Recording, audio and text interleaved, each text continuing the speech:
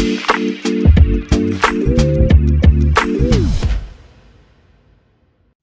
right, we're back here on the Chase Thomas podcast, taping this on a Wednesday afternoon. GoVols247's Ryan Callahan is here.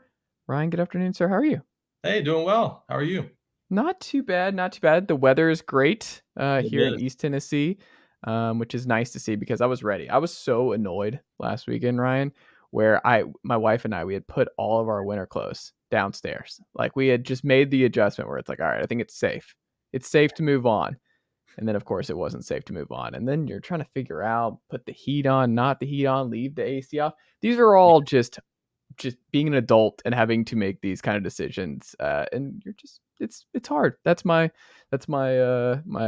little issue for the week. But it's good. We're done, I think. We're finally peering through. Maybe. It's spring in Tennessee. You never really know until like May. And then you're true. All right, you're killing it. You're killing me, Ryan. I'm ready to move on. I'm ready to turn the page. I can't go back. We're mostly there. There you go. Where should fans keep their eyes focused on during the orange and white game on Saturday, Ryan? I think we're always drawn to the shiny new toys, right? So I think we always kind of tend to look toward the newcomers. It'll be hard to not make people excited to see what they have in Nico Iamaleava, of course, the freshman quarterback. Generational talent really for Tennessee. First 5-star quarterback they've signed since James Banks back in 2002. So it's been a long time since they had someone to get this excited about at the quarterback position. So naturally, I think you're going to be interested in seeing how he does. But I think some of the positions to really watch as far as this team's success in 2023, though, edge rushers, I think Tennessee needs somebody to step forward there that can replace a lot of the production they got from Byron Young last year. I think he's going to be missed. How does Joshua Josephs look? How does James Pierce look? Do we see much out of Caleb Herring, the true freshman? And Roman Harrison, I think you kind of know what you're getting in him, but does the senior kind of step forward there and show some flashes in the spring game too? But you got to get some real production out of that group. So I'm interested in seeing how they do. Also be watching closely to see how the cornerbacks look. They've been banged up at wide receiver this spring. How does that group, which has a lot of bodies, a lot of experience now, and a few talented freshmen thrown in now with Jordan Matthews, Ricky Gibson, Christian Conyer, you got Gabe Judy Lally, the transfer from BYU. How does that group sort of shake out? Who's out there first? What are the pairings, and how do those guys play? Hard for me not to imagine that someone's kind of seeing the writing on the wall and leaving after spring practice. So who's maybe toward the back of the line? Who looks good, who doesn't? They've got to find some production out of that group, and I think they've made that pretty clear. So I'll be watching that group pretty closely. But really, with what they lost from last year, there's not many positions that aren't worth watching in some form or fashion, of course. But those are the two that stand out to me on defense. And of course, everyone's going to be watching Joe Milton to see if he can do what he did again in the Orange Bowl, just to make sure, because until he does it consistently and against SEC competition, I think some Tennessee fans are going to have questions there. I find it interesting you didn't mention the tackles. Like, you didn't mention the tackle spot, which is where my eyes will be. Like, I just jotted down, like, I am just so curious because I think it's just the most under-talked about part of this offseason for Tennessee. If that's unsettled and they look bad in the orange and white game, and there's more rumblings this summer where it's like they have no idea which way they're going to go at that front. That's when, not the alarm bell being sounded, but that is just my biggest fear coming into the year. And that impacts what Joe Milton can be. That impacts what this Tennessee offense can be. That impacts their ceiling. I don't know. I feel like for me, it's just, I want to see how these offensive tackles stack up against the Leos and edge guys that are going to be across from them on Saturday. Yeah, that's not unfair. And I will say that played into why I chose the edge rushers, those Leos. Yeah. Because I think this is a game where if those guys don't show you something when the offensive line is maybe a little bit behind right now, then you worry about what your pass rush is going to look like in the fall, because you got Sean Davian Bradley on the way, but that's not a guy who's likely to play a lot as a true freshman. I think he's still a little raw. So, especially coming in the summer. So you pretty much know what you have at that position group, unless they, surprisingly make a transfer portal addition. So if they go out there Saturday and don't do well against this tackle group that's maybe still rounding into form, that would be a concern to me. I'm with you, though. If I'd kept listing down the positions, and again, there are several on this team, tight end, I would throw in that same group. The tackles for sure are a legitimate concern, I think. But We also don't know who's going to go out there with the ones. Will it be Gerald Mincey and Jeremiah Crawford? Will we get some John Campbell with the ones, the Miami transfer, or will he work with the twos as he's done for at least part of the spring? That'll be an interesting group to watch to see just kind of what the pairings are. But yeah, I think they've got to figure out something with that group.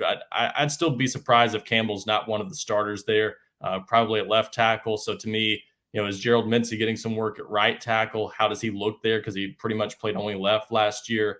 If Mincey's going to be the starter at right tackle, he's got to be comfortable there. And then Crawford obviously played some last year, but how does he look again this spring? So yeah, you've got to be solid in pass protection there. But to me, it's always the double-edged sword of spring practice, right? If one side looks good, it's maybe that the other side looked bad. So to me, if the offensive tackles have a good day, I think we might come away saying, yeah, the offensive line looked better than we thought, but those edge rushers, maybe they're not as good as we thought, or maybe those guys are really going to take a step back from Byron Young.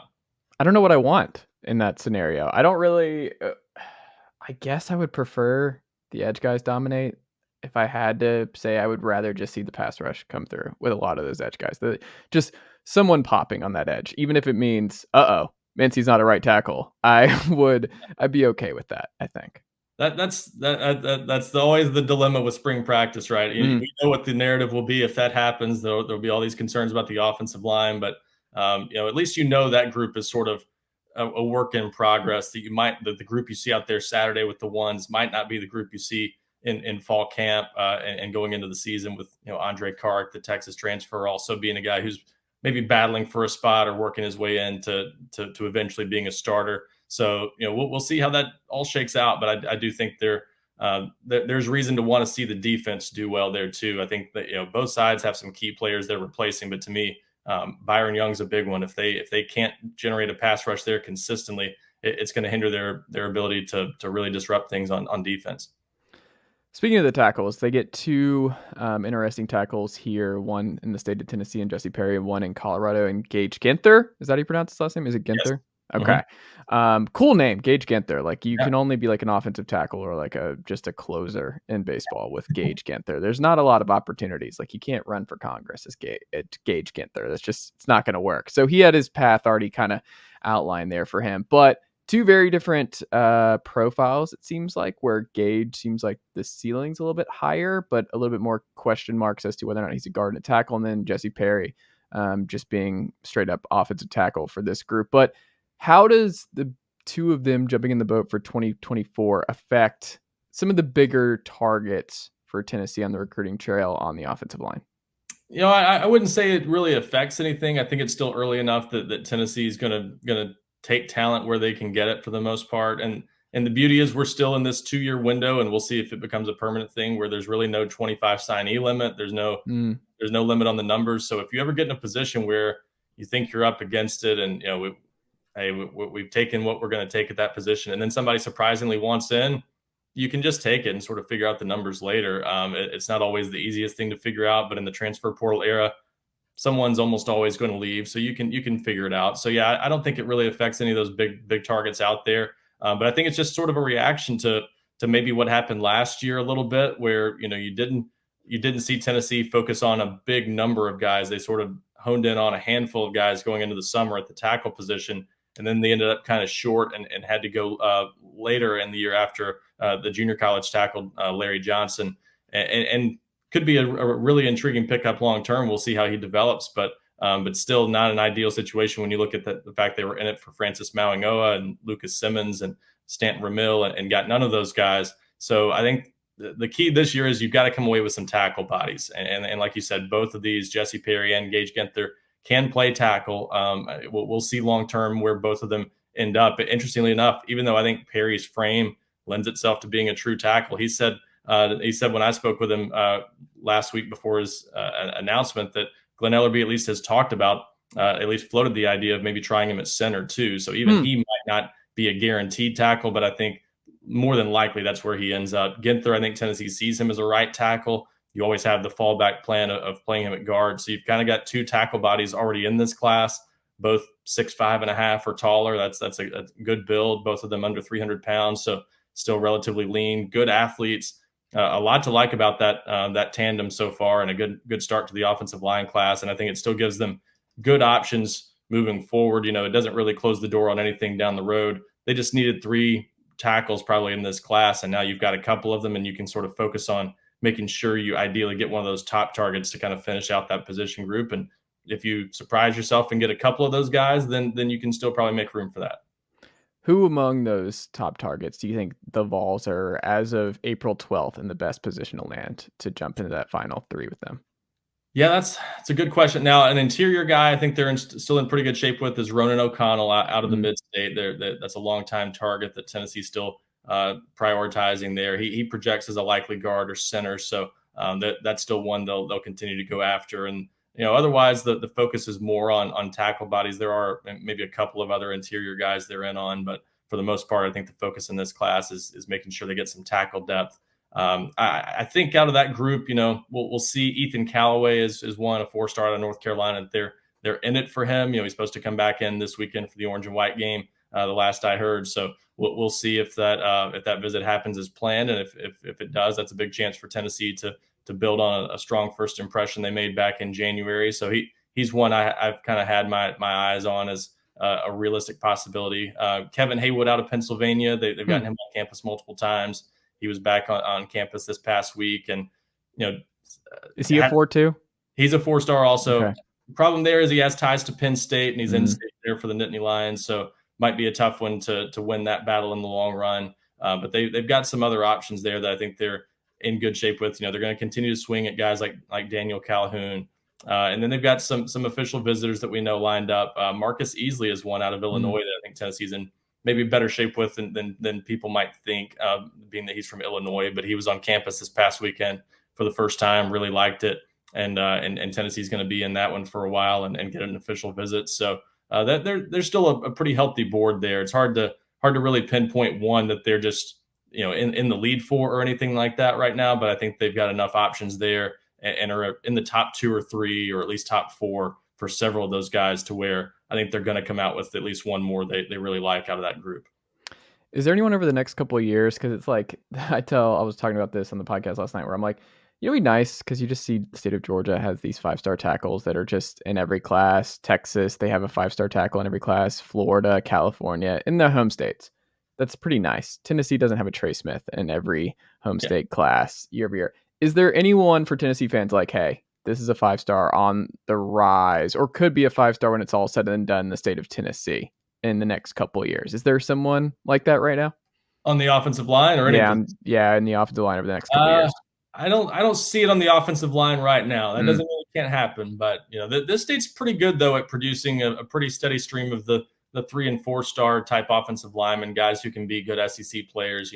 We've seen plenty. Cooper Mays, the latest example, but Jesse Perry and Ronan O'Connell might be the next in that line. The state has a pretty good track record of producing at least SEC level linemen, but the Cade Mazes and the Trey Smiths, those are fewer and farther between. So not right now, but we'll see. Sometimes those things can pop up unexpectedly. Move to Tennessee. There's all kinds of property, folks. If you are in Pennsylvania, Illinois, and you have a son who might profile as a 5-star, go ahead and get him acclimated so that we can put in those recruiting chops early and often. Of the newcomers who did not arrive early for 2023, Ryan, who do you think makes up the most ground the fastest this summer, based on what you've seen from their tape and how well you know them? Well, I think some of it just goes to opportunity. Some of it, comes down to just where's the depth chart give you a chance to play early and make up that ground quickly. I would immediately point to Tyree Weathersby. I think defensive end from Georgia. He's a really nice player that I think a lot of people overlooked for a while in that 2023 class, and Tennessee coveted him for a while and didn't have a lot of SEC competition for him when they landed him back on July 1st, I think it was. And to hear how excited I think a lot of people at Tennessee are about him, I'll be surprised if he doesn't at least have a chance to work his way into the rotation as a true freshman. Now, that's a big ask for a freshman in the SEC, considering the work you usually have to do in the weight room. That's a little more of a developmental position, a lot like the offensive line, but he at least has the skill set to me that he could come in and at least be maybe a 5th or 6th guy at defensive end, where when they rotate 12 guys and they try to do that all the time on the defensive line, he could at least be someone that works his way in there as a true freshman. So I would say Khalifa Keith has an opportunity as well at running back, just knowing that Tennessee doesn't really have a running back like him on the roster. He's a big kid, not in an unhealthy way. He's just a largely built human where he's already in the 235-pound range or so and carries that weight pretty well. And it might be interesting to see how he develops. Does he get bigger when he gets in a college weight room? I don't know what's going to happen if he can get much bigger without it being an issue. But he's just such a big kid that, with having solid speed for a bigger back, I think they'll be tempted to put him in there in at least some short yardage and goal line situations. So those two just stand out to me as maybe having the best chance to play early and kind of make a name for themselves this fall. But sometimes you're surprised by that. It is a shorter list too. Most of those guys are already on campus. It's only like 6 guys that aren't here right now. So it's a small group, but those two to me stand out. And Weathersby, if he'd been here in January, I think he would have had a real chance of playing early. But even now, I wouldn't completely rule out that he could get some playing time this fall. Interesting. Roman Harrison profiled, I was going back through because it's easy to forget when I was thinking about like Ramel Keaton. It's like he was a top 5 player in his class for UT. Feels like forever ago, but that was the case. And like I'm buying all the Ramel Keaton stock. Right. Like I'm buying all of it. I think he's going to be really, really good for Joe. I think they have a better connection. I think Squirrel's like the boomer bust kind of guy. Like Squirrel will be good. I trust Ramel the most of this group. And I'm pretty in on this final, what could be his final year here for Tennessee. And I think he starts. Like I don't think Thornton starts out of the gate. I think it's Ramel, Squirrel, and Pruitt. And I think they get a lion's share of the opportunities, and Dante's more of like a Swiss Army knife, and with guys being banged up and move him around in different ways because he can play at the slot and outside. But I was looking at that, and then I peered over, and I'm like, Roman Harrison, 4-star. Courtney Upshaw was his NFL comp on 247 from a couple years ago. Obviously built like just all muscle. Roman Harrison is just an all muscle dude when you look at him, and he hasn't had the opportunity yet to really take over that Leo spot. It seems like if the season started today, he would be a starter at that Leo spot. Based on what he was coming in and what you saw from him in high school and what he has done to this point, could you see, when we talk about the edge guys, everyone wants to talk about Josephs and Pierce and company, but is there not a realistic chance that Roman Harrison could be a really good Leo guy and make that leap that he was kind of profiled to be when he came in under the Jeremy Pruitt era? Maybe. I would not rule that out. I will say one of the reasons I think people gravitate more toward the Josephs and the Pierces and the Herrings of the world are those guys have the measurables. They have the things that you really want to see at that position. And I do think Roman Harrison, it's maybe taken a little bit longer for him in his development because he's not as tall. He doesn't have the length. And when you go up against certain offensive tackles, just not having that reach can be a hindrance. So I do think that's something he has to compensate for. But I think last year he did show some signs of being a pretty disruptive guy off the edge. He looked more consistent to me in terms of getting into the backfield and a guy that you just noticed in games more. Whereas a lot of times in the past, I felt like he just didn't get there a lot of times. He was at least in the picture when quarterbacks were throwing it a lot of times, and that's a good sign. So I think there's a chance you see a jump forward out of him. But what I'm interested in seeing is now that Tennessee, and they've kind of started to stack some talent at that position, how much can they get 2 of those guys on the field at the same time? Because I think they're going to want to play Josephs and Pierce a good bit, assuming those guys continue to show what they want to see out of them. And they're still works in progress. Nobody should be thinking those guys are ready to break out as sophomores. I think there's still some work to do there in different areas for both of them. But the talent's there, and Tennessee needs them. And so how much on third downs are they willing to say, we'll put Roman Harrison on this side and Josh Josephs or James Pierce on this side and just let them pin their ears back and go? That's going to be interesting to me. On early downs, I think you'll see one of those guys, but how often can they work in 2 at the same time? But yeah, I think Harrison could have a nice year, but I wouldn't expect a Byron Young type breakout necessarily. Not that Young really ever reached double-digit sacks, but I think you can see Harrison at least take an incremental step forward based on what he showed last year. And then to me, the question becomes, how's the workload divided among those guys behind him, and how much can they keep Harrison on the field while working in those other guys? I like it. April commitment watch. Who is the name that that Vols fans should keep an eye on the most over the next month? One I'm interested in seeing, and he's supposed to be in town this weekend, is Edries Farouk, the safety out of Maryland, St. Francis Academy. He's been to Tennessee multiple times already, has been high on Tennessee each time he's been there, has continued to speak highly of the Vols. I think he's one that we've heard about as a possible spring decision, so that's at least one to keep an eye on. Beyond that, is he the one who's also teammates with Iffy? He is. He's teammates with Iffy Obadagwu. Don't know yet that Iffy's going to be in town this weekend as well. Although their visits have been together each time they've been to Tennessee, so we'll see if he also ends up being added to the visitor list this weekend. But at least Farouk has mentioned that he will be in town. So they've been in good shape with him for a while. He's talked about a spring decision. Hasn't really said anything publicly lately about that, but I think that's at least a possibility. Otherwise, these spring commitments, and Jesse Perry is a good example. He's a guy that everything he said up until a couple days before his announcement was, I'm going to wait till June, July. I'm going to take official visits, and then it just kind of comes up one day. I think I'm ready. I think I don't need to see anything more. So commitments this time of year can be a little harder to predict because, and Gage Ginther, another example, took one visit, and who even knew the week before when he came to Tennessee for the first time that he was one who might end up in Tennessee's class or be.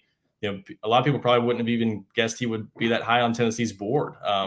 Just knowing the 3-star from Colorado, like what are the chances this turns into anything serious that quickly? So a lot of the commitments this time of year can be a little more surprising. So let's see who makes it in this weekend for the spring game. Let's see if anything develops out of all these spring visits. I wouldn't necessarily expect a lot more this month, but there's at least a chance for something more there. And Tennessee's gotten a lot of guys on campus throughout spring practice. It's been a really impressive spring for them in terms of hosting visitors. Several 5-stars have come through the past couple weeks. So, maybe somebody unexpectedly decides to do something sooner, but most guys who've waited this long are kind of looking toward the summer, toward June and July. So I wouldn't expect a rash of commitments, but hey, you never know. Spring games can surprise you sometimes. And sometimes some of these guys get through spring visits and they're like, okay, I'm ready.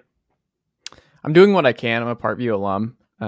Back in the home state of Georgia. I'm doing what I can in the Mike Matthews front. So free of charge for Josh Heupel and company, but I'm doing what I can to emphasize Tennessee and get Mike Matthews in orange. I think Tennessee's got more of a shot there than a lot of people might realize. Certainly outside the state of Tennessee, I don't think a lot of people are looking at Mike Matthews, the guy who's going to end up at Tennessee. But I think Tennessee's very much in that one. They've done a really good job with him so far. 3 visits since October. Was just in town again recently. They've got a legitimate shot in that one, and that's he wants to play wide receiver. That probably works in Tennessee's favor there. If he wanted to play safety, there might be some other teams that would have NFL or traditions of producing NFL talent that might stand out to him. Going to be hard to beat Tennessee's offense to a lot of wide receivers out there. So that's at least something working in Tennessee's favor. And he's hearing some talk from Tennessee about how they could use him kind of similar to how they use Jalen Hyatt in some ways. How he reminds them of Jalen Hyatt in some ways. So that's I could see Tennessee winning that battle. It's a long way to go in that one, but they've got a real shot. Well, it's interesting you say that because my next question, the best player on Tennessee's board, you think the Vols currently have a better than 50% chance of getting as of April 12th, Ryan? I would, there's a few guys who probably fit that better than 50-50. Better than 50-50. Ooh, see that narrows it a little bit more. I would say Tennessee's got about right now about a 50-50 shot, and this is pretty early for a guy like this. But I'll go with Jordan Ross right now, a 5-star edge rusher from Alabama. They've done a really good job with him so far. Problem there is that 50-50 or whatever I'm putting it at right now could go down in a heartbeat when you've got teams like Georgia and Alabama involved, and that's the case with him. Now, the reason it's working out well for Tennessee so far is he's the rare Alabama kid who's rated that highly, who doesn't look like Alabama's one of his favorites right now. Is that because Alabama's not all in on him, or is that because he just doesn't care if he goes to Alabama? Is he from there, or is he a guy who moved? Yeah, I believe he's from there. I'm not aware of him having moved in from another state. So just a Birmingham area guy that's willing to go elsewhere. And Georgia is also among the favorites. He kind of liked Georgia, I think, from the start, just like Tennessee. So they've gotten him on campus a few times already. He's going to be back in town this weekend for the spring game. Still looks like a guy who's more likely to make a summer or even fall commitment. But right now, I'd give Tennessee a coin flip of a shot at Jordan Ross, just based on what they've done so far. So That's one that stands out. Do you think they get any 5 stars in this class? Do you think they get at least one? I'll say they get one. Even though it's not a guarantee. I mean, it's not a sure thing with any 5-star, but they've got enough chances, enough irons in the fire that, whether it's Ryan Wingo, Mike Matthews, Jordan Ross, one of those guys, or even Williams Waneri, the defensive lineman, they've got enough legitimate possibilities that I'll say they get one from that group. It's not a sure thing. Sammy Brown, even an outside possibility, not a great possibility, but they're still in that one. So they've got enough real options there, and they've done a good enough job of getting those guys on campus on a regular basis that I'll say they get one. But I don't think people should be expecting 2 or 3 or 4 or 5 stars in this class, but they should get one and probably should get their share of those top 200 type players in this class. All right, final 2 quick ones for you. The biggest difference you've heard from coaches around the Southeast and how Pruitt and Heupel recruit is what? I think it's just the I wouldn't say that the previous staff didn't come off as genuine, but the thing that you just hear the most about Tennessee staff everywhere is just how down to earth and real this staff seems to be, and that obviously starts with Josh Heupel, who I've heard since he got to Tennessee, since day one basically, and continued to hear since then from everyone that meets him. They're just like, he's the most normal guy they've had, that maybe of any SEC head coach. Most SEC head coaches just have this aura about them. They have an ego. They carry themselves with a lot of confidence. Sometimes they act like they shouldn't be wasting their time talking to people in certain settings. Everybody's different, but there's some ego there. And Josh Heupel just doesn't carry himself that way. And I think it's because he was a player. Yeah, I think it's part. I mean, part of it's just his personality, right? His dad was a coach, not at this level, but I think he likes coaching. I don't think he coaches to be famous. I think he coaches because he likes coaching, and he's just a competitor. But part of it's just who he is. Part of it's maybe the fact that he was big time in college, so he just sort of knows how to deal with the spotlight to a degree. But he just comes off as really down to earth, and I think that kind of goes through this whole staff. Though they really don't have.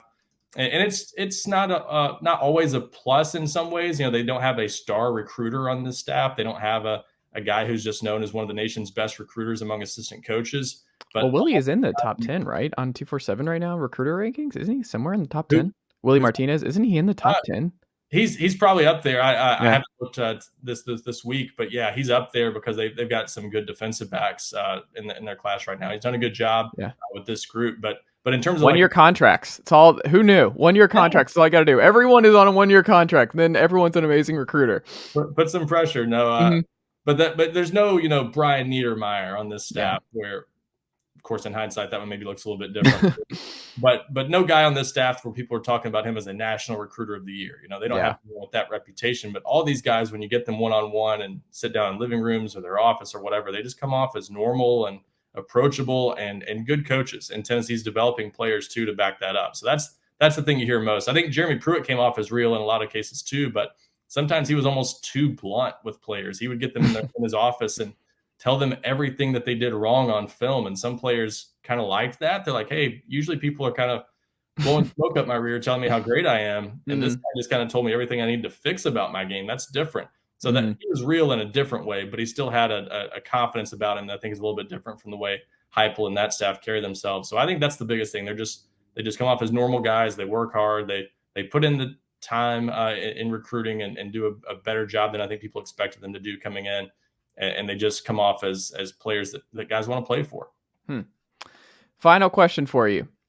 Current commit in the 2024 class that'll be the hardest for the Vols to keep from signing elsewhere before National Signing Day will be who? I would probably lean towards still saying Jonathan Echols, the 4-star athlete from IMG Academy. Tennessee's been recruiting him as a tight end.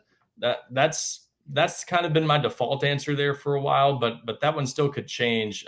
Caleb Beasley's taking visits still. JJ Harrell's a guy that's still going to continue to hear from other schools, but Echols is just the one because he's at IMG, because he's in Florida, close to some other schools, because he's still good enough that he's going to be pursued by other schools that you just don't rule out anything with that one. But I will say the fact that he wants to play tight end, I think is working in Tennessee's favor because a lot of the schools that would want to flip him, I think, see him as an edge rusher. analysts at 247 Sports that are convinced he has a higher ceiling as an edge rusher than he does as a tight end. So he's one of those guys that maybe wants to play a position that currently isn't thought to be, at least by a lot of people, his best. And so that maybe ends up helping Tennessee, which is talked about nothing but tight end to this point. So we'll see how that plays out. But I think Tennessee's in more solid shape with him than people have maybe thought the past few months. But he's still one to at least keep an eye on, just because he's not in their backyard, he's not in state, and because there are going to be some other teams still pursuing him, even though a lot of them might see him as more of an edge rusher. So I'll say him, but it could end up being a J.J. Harrell, just because I think he's a good wide receiver that might end up hearing from some other teams in the coming months too. So probably a coin flip between those two, but I'll still lean toward Echols, just because IMG, Florida, those types of guys just tend to be a little more open later in the process than some other kids will. Isn't Niedermeyer at IMG? Isn't that he is there? I'm sorry, he's there and has been at St. Thomas Aquinas also. But okay? But yeah, not the kind of thing that's going to hurt Tennessee in the end. Okay. Everyone's kind of wondered about that. Is he poisoning the water for Tennessee down there? I don't think so. But IMG is one of those schools that no one ever locks down that school. It's just everybody goes in there, everybody recruits it, and if you get one of their 20 big time guys in that class, you've done pretty well. Yeah. That's interesting. I wonder if it's just you bring Echols in and you're like, all the Tennessee staff, you'll never get him to admit this, but they're like, well, we're telling him he's a tight end for us. Then we get him in here and it's like, whoa, you're actually who would have thought? Like, it's just you're too far behind, but you can get on the field here as an edge. Like, wow, it's like a Jeremy Banks situation where it's like, he's actually not a running back. You're actually a pretty solid linebacker, and we can transition you there. You just let them start there, and then you're like, are you sure? Because you're really popping on the other side, and you might just be buried on the depth chart. Like, just get him in the room, get him in the boat, and just see what happens. You never know with those things. I never rule out anything. Jeremy Banks was even a case where he came in here and he had to start fumbling before that became a possibility. But I could see that scenario being on the table down the road. But so many times these days, this staff especially, they seem pretty big on letting guys play where they want to play them, or where guys want to play, because it's in the transfer portal era, especially. You got to keep guys happy, or they're gonna, if they're not at the position, if they feel like you did the bait and switch on them in recruiting, they'll jump out the door the first chance they get. So you've got to be as upfront as you can with that stuff these days. I don't know. If I'm William Martinez, I'm locking the safety door from Danico Slaughter, where it's just the safety room meetings. It's like Danico wants to go back home. It's like, nope, sorry, you were too good at corner. We don't have enough. You're playing corner, and you're gonna like it. Like, this is not for you anymore. Can't do it. I think he's good with playing corner. Okay, good. Most of those guys. Most DBs want to play corner these days. They see that as the big money position in the NFL. So that there's always that. But yeah, I think he's good with that, and that's obviously worked out well for him so far. Yeah, I mean, I feel okay. Like, if Danico Slaughter and Gabe Jeudy-Lally is the starting corners on the Virginia game, I feel pretty good. That's an improved situation. Yeah. Jeudy-Lally, I mean, we've seen what we've seen already on the practice field, but I'll be interested to see how he looks in the spring game. But so far, all the feedback we've gotten has been pretty positive. I think he's looked the part, and kind of what you would expect as a guy who's got a lot of starts under his belt. So we'll see if it lives up to it Saturday, but I think he's been pretty good so far. There you go. Ryan, what can the GoVols check out from you and the team over at GoVols247 this week? Yeah, well, it's a spring game, so not a lot going on there. But Tennessee plays Arkansas this weekend, so we've even got a big baseball series going on. But yeah, the spring game is sort of front and center. All kinds of coverage of that. Recruiting, it's a huge recruiting weekend always for the spring game, and Tennessee's had a bunch of guys in lately, so tons of recruiting news to keep track of. And again, we'll see if any of these guys coming in this weekend works toward a possible spring decision or anything like that. But yeah, plenty to keep track of on the recruiting front for sure. And we'll be breaking down the orange and white game from every possible angle as well. So lots to check out on GoVols247.com, and actually 50% off for an annual subscription right now if you want to go check it out. There you go. I'm already subscribed. But yes, everyone else, get in there. It's great stuff, Ryan. You do great work, and the rest of the team over there. Ben McKee, one of my favorite baseball writers. So all kinds of great stuff over at GoVols247. Go do it today if you've not already. Enjoy the game. Enjoy the overreactions on the message boards and in your Twitter mentions to anything that goes wrong for Tennessee, because that is the nature of the beast. Ryan, thank you so much, and I will have to talk to you again soon. Absolutely. Thanks for having me. Well done, nephew. Chase Thomas Podcast. Hell yeah.